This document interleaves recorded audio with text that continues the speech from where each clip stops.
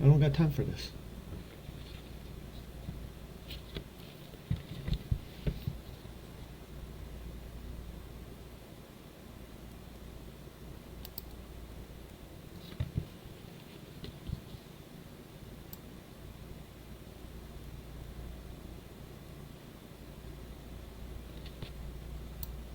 Hello, everybody.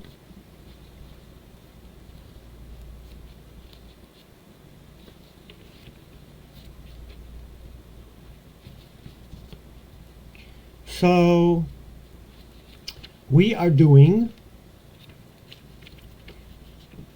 the, what is it? The prophecies of Jesus. Okay? And we are discussing the prophecies of Jesus. So let's dive right into it, shall we? Okay. Now, just in case I happened to forget last week where I left off at, I'm going to begin at 130. So, and 130 and 131 is in Psalm 72:17. Very simple ones. All nations shall be blessed by him. I think I did that one last week, if I remember correctly. Fulfillment of that prophecy is Galatians 3:8. The next one is Psalms 72:17. All nations shall call him blessed. Now, this is not saying all peoples, meaning every single person, is to call him blessed. But all nations shall call him blessed. So it doesn't, the basic idea is that it doesn't really matter what culture you're from, what religion you're from. If you examine Jesus' life thoroughly, there's no way you can call him unblessed, okay, or not of God. You just know it in your soul. Whether you acknowledge it or not, that's a different story, okay. Fulfillments of that are John 12:13 and Revelations 5:8 and 12. So the next one, very interesting biblical one of a prophecy, is Psalms 78:1-2, which is about that Jesus had to teach in parables. He would teach in parables. Okay? And the fulfillment, of course, is in Matthew 13:34-35. Next one, Psalms 78:2b, which is the second half of 78, of chapter 78, verse 2. To speak the wisdom of God with authority. Prophecy being fulfilled in Matthew 7:29. Now the next one we actually do have to read it, simply because the wording of it is very weird. So I want to actually examine the verse so I can give you guys the best possible one. So it's Psalms 80, verse 17, which on the list here it says, the man of God's right hand. Okay. So the way that's worded sounds weird, like the man of God's right hand. Okay, so I'm like, okay, man of God, I know he's the Son of God. I know he's the Son of Man, but I've never heard man of God. So, but when I examine it, it's like the man of God's right hand. So if you say it in the man of, pause, God's right hand, we know that this is a reference to Jesus, because Jesus is at God's right hand. Okay? In that essence. So let's look at the verse just to make sure. Let your hand be upon the man of your right hand.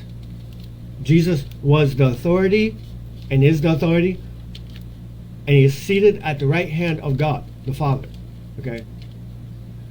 So he is God's right hand, so to speak. He's doing God's will, in other words. Upon the Son of Man, see, there's the essence of it. Okay? That's where we find out who it's talking about. Okay? So the man of your right hand, man of God's right hand, is upon the Son of Man, Christ, whom you made strong for yourself. Okay? And fulfillment of that is, of course, Mark 14, 61 to 62. Okay? Next verse. Psalms 88. This one might need some examining of a word, but it's the suffering and the reproach of Calvary. So I need to look at what reproach means. Reproach means to address in such a way as to express disapproval or disappointment of. So if you're addressing something, but you're doing it with a disapproval or a disappointment about it. So when we plug that into the verse, the suffering and the talking about the cross in a disappointing way of the Calvary, of what he has to go through, in other words. So like the suffering and the regret, and not really regret of doing it, because I know Jesus did it and he was glad to die for our sins, but in the word reproach, meaning like disappointment or anything in what Calvary is, I guess it's kind of along the lines of meaning something along the lines of it's a huge payment to do, and it's not something that's just, oh, I can just pay you easily and have it done with, and there's no suffering to me. It's a huge amount of suffering. And we saw this in the Garden of Gethsemane, when Jesus was asking the Father numerous times if this cup could be taken from him. And we see that in Matthew 27, verse 26 through 50. Okay. The next one is referring to the disciples. Even that part is prophecy. Psalms 88, verse 8. They stood afar off and watched. That's obviously referring to the disciples standing far away from Christ when he was being beaten and crucified, because they didn't want to suffer in the same suffering. Fulfillment of that is Luke 23:49. The next one is a very specific one, Psalms 89:27. Firstborn. And fulfillment of that is Colossians 1:15 through 18. Now, we need to actually look at the word firstborn, okay? Because in firstborn, in the word firstborn, it means to be born first, the eldest, okay? But the firstborn in biblical, okay, when it says firstborn, the firstborn referred not to the birth order, but to the ranking. The firstborn possessed the inheritance and the leadership. Therefore, the expression of Christ, it's an expression of Christ's sovereignty or rule over all creation, okay, and God giving him the authority over the earth, okay. So that's what firstborn here means. It does not mean that Christ was actually born or created, in other words, because that is one of the misleadings that many of the cults believe. They look at the word firstborn and they reference it in the light of how people are born, that we are actually created, okay, at our birth, okay. The next one is in the same verse, Emmanuel, to be higher than earthly kings. Emmanuel, God with us, that's a name given to Christ, okay, also meaning God with us, so Jesus is God. To be higher than earthly kings, which is accurate, and fulfillment of that is Luke 1:32 and 33. Next one is Psalms 89:35 through 37. David's seed, the throne, and the kingdom endure forever. Okay, fulfillment of that is Luke 1:32 through 33. Again, now David's seed, obviously that's referring to Christ, the throne of God, and the kingdom of God enduring forever, obviously. The next one is pretty much the same verse, only it's 36 and 37. which is his character, the character of Christ, had to be faithfulness. They had to be fully faithful. Okay, there had to be no doubt, no lack of faithfulness in him. Okay, Revelations 1:5 for fulfillment, and Revelations 19:11. Okay, the next one is Psalms 90 verse 2, that Christ had to be, that he is from everlasting, meaning he was without start. He was in the beginning with God. He was God. He is God. You get the point. Okay, that means Christ was never created, as many would assume. Christ had a physical birth, yes, but he wasn't created. The Bible signifies this when it says, "Give me the glory that I had with you at the beginning." Okay, and that's in Micah 5:2 as well. And fulfillment of that is John 1:1. In the beginning was the Word, and the Word was with God, and the Word was God. Okay. Next one is Psalms 91:11 and 12. Identified as messianic. That he had to be identified as messianic, or used to tempt Christ. Okay. The Messiah, in other words. The messianic prophecies. Okay. Fulfillment of that is Luke 4:10 and 11. Christ's identity had to be Messiah. Okay. So next one is Psalms 97:9. His exaltation, his lifting up, predicted. Fulfillment of that is Acts 1:1 and Ephesians 1:20. Next one, Psalms 100 verse 5. His character also had to be goodness. That he was good right to his core. Fulfillment of that, Matthew 19:16 through 17. And if Robelyn is watching this and she's asking me to slow down or something, I can't really do that. Don't worry though, you can rewind the video and watch it again and again, and put into the comments any of the verses that you need, that you feel that you want to do. Next one is Psalms 102, 1 through 11. The suffering and reproach of Calvary, which we saw earlier on the list. Fulfillment, John 19:16 through 30. Next one, Psalms 102, 25 through 27. Messiah being the pre-existent Son of God. Pre-existent, meaning existed even before. Okay. Hebrew 1:10 through 12 for the fulfillment. The next one is Psalms 109:25, that Christ had to be ridiculed. And that's literally what the prophecy is, about being ridiculed. Fulfillment is in Matthew 27:39. The next three are from Psalms 110 verse 1, that he would be the son of David, or ancestry of David. That's fulfillment in Matthew 22:42 and 43. The second one is to ascend to the right hand of the Father, which he did. Fulfillment of that is Mark 16:19, and that David's son called Lord. David's ancestor. Sorry, David's, you know what I mean.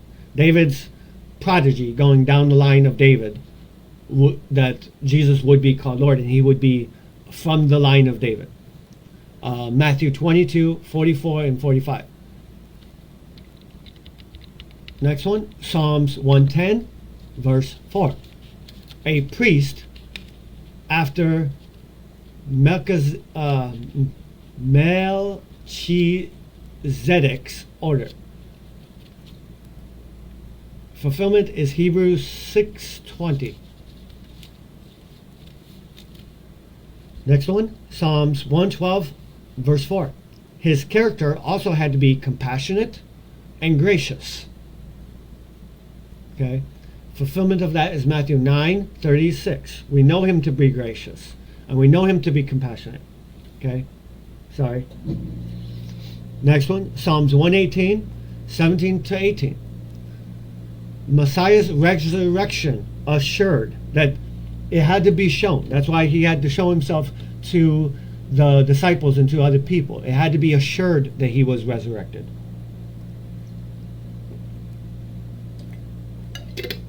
Fulfillment of that is Luke 24, 5 and 7, as well as 1 Corinthians 15, verse 20. Next one, Psalms 118, 22 through 23. The rejected stone is head of the corner. The rejected stone, Christ, is head of the corner of faith. I guess you would, or something along that lines. But the rejected stone, Christ, obviously, is head, obviously, Christ again, okay, of the corner. Matthew 21, 42 through 43 for fulfillment of that. Next one, Psalms 118, 26a and 26b for the next two. The Blessed One presented to Israel. The Blessed One, Christ, presented to Israel for the salvation of Israel. And that's Matthew 21, verse 9 for fulfillment.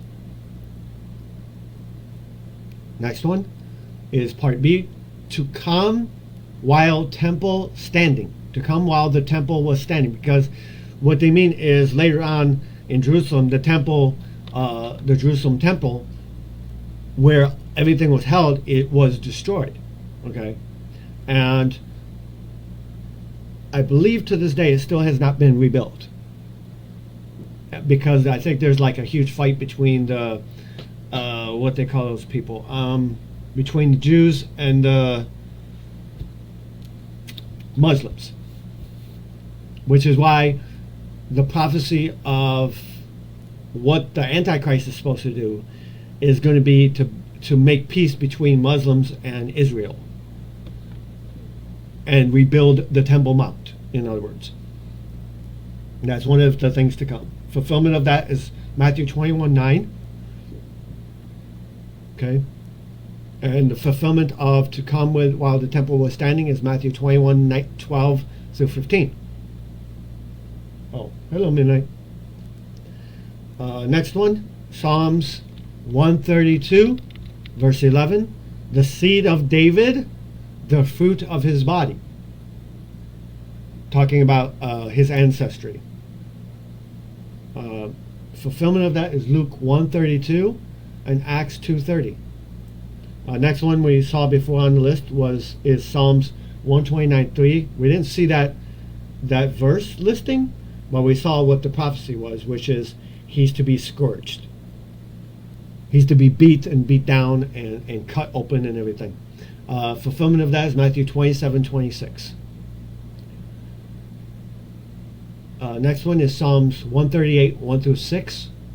The supremacy or the authority of David's seed amazes kings and people of high stature in the world, in other words. Which is exactly what happened, because when he started doing his stuff, people were like, who is this?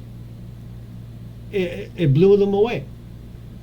Matthew 2, verse 2 through 6 for fulfillment. Next one, Psalms 147, 3 through 6, the earthly ministry of Christ described.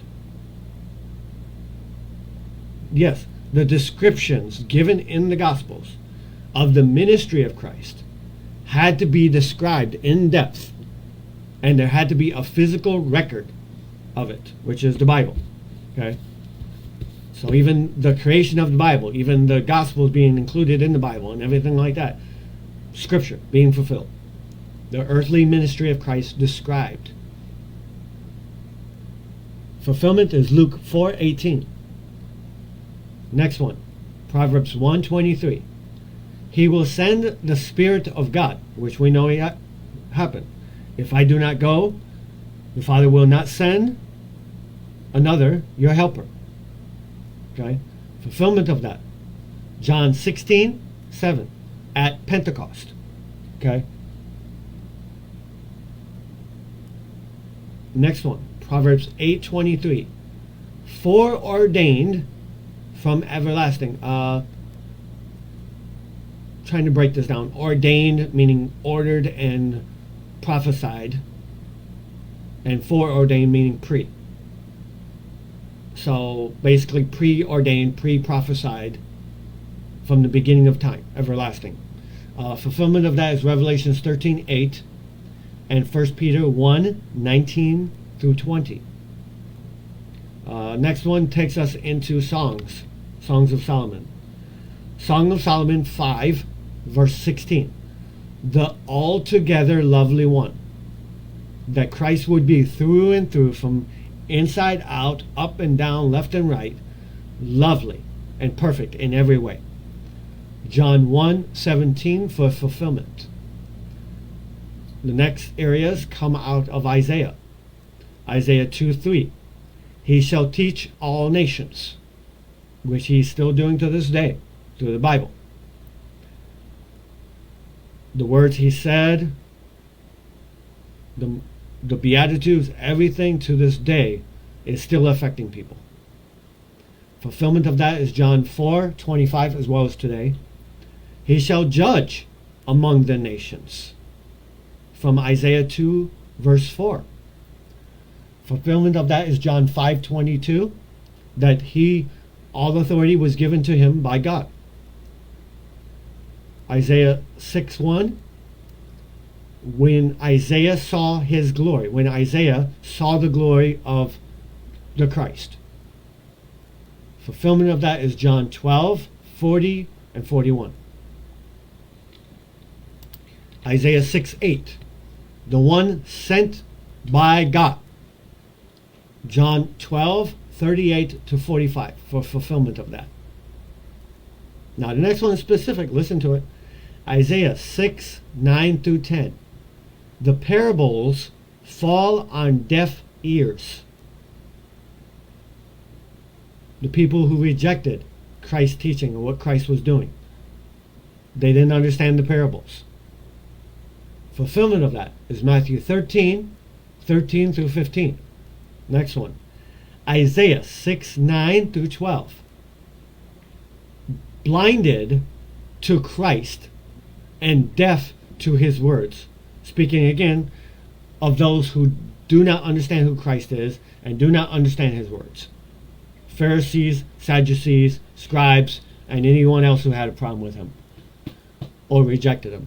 And we're not actually talking about Peter when Peter denied him. We're talking about straight out rejection. Okay.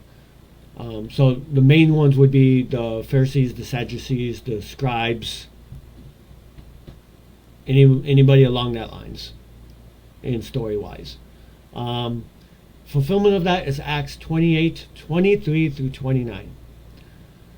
The next two come from Isaiah 7, verse 14. To be born of a virgin. So for those who believe that Jesus' birth, this is why there's one cult, I think it's Catholic, I'm not sure, that believe that Christ, it might be a different cult, I don't remember which one it is, but they believe that Christ was born of DNA of a man and a woman, same as you and me. But biblical prophecy says that the Christ, the Messiah, had to be born of a virgin. Okay, that means she never had sex until after he was born, obviously. Fulfillment of that is Luke 1:35. The next one, we saw it in the Bible. Actually, the next two, one comes from the same verse, to be born of a virgin, and that he to be named Emmanuel, which means God with us. Fulfillment of that is Matthew 1:18 through 23 and 1 Timothy 3:16. And the next one after that is Isaiah 8:8, which basically prophesies of him being called Emmanuel. And fulfillment of that, obviously, is Matthew 28:20.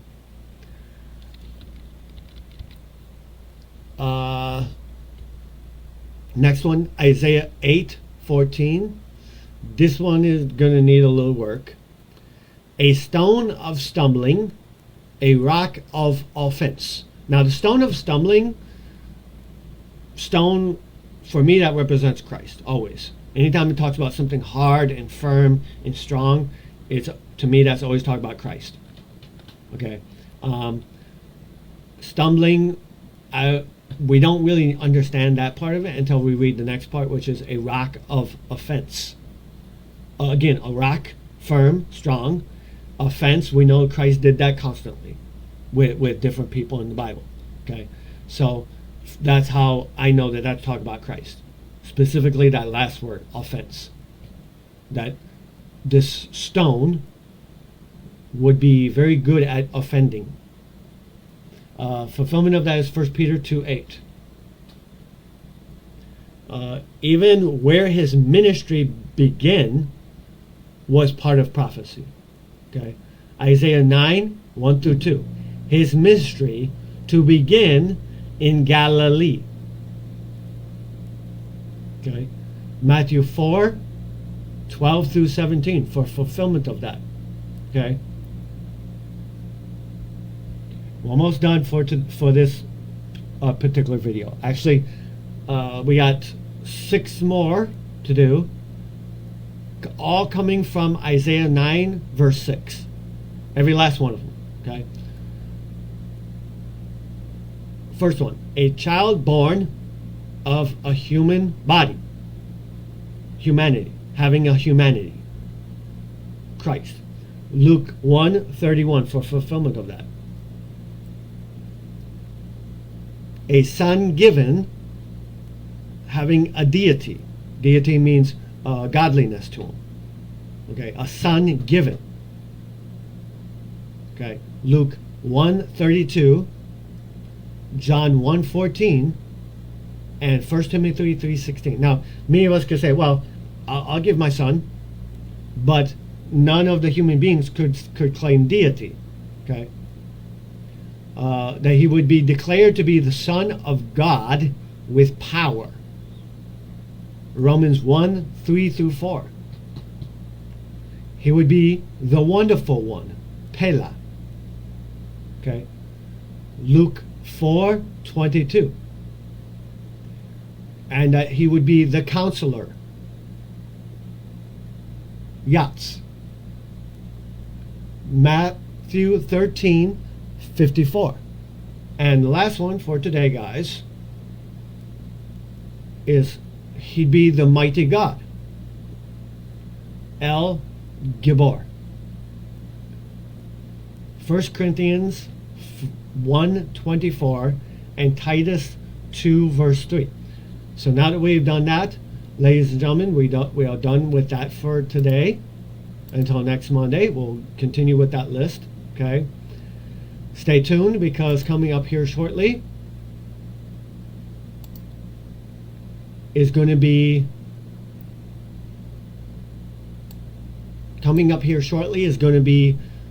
our Mark chapter 2 reading. Okay, so stay tuned. Thank you. Yeah, it does mean firstborn from the dead, now that I see your comment, but it in the terms of the verse, it's actually meaning that he's the highest and most high in authority, that there's none higher than him. Okay, and Midnight wants to come say hi, apparently. So thank you guys for watching. I will see you guys again shortly.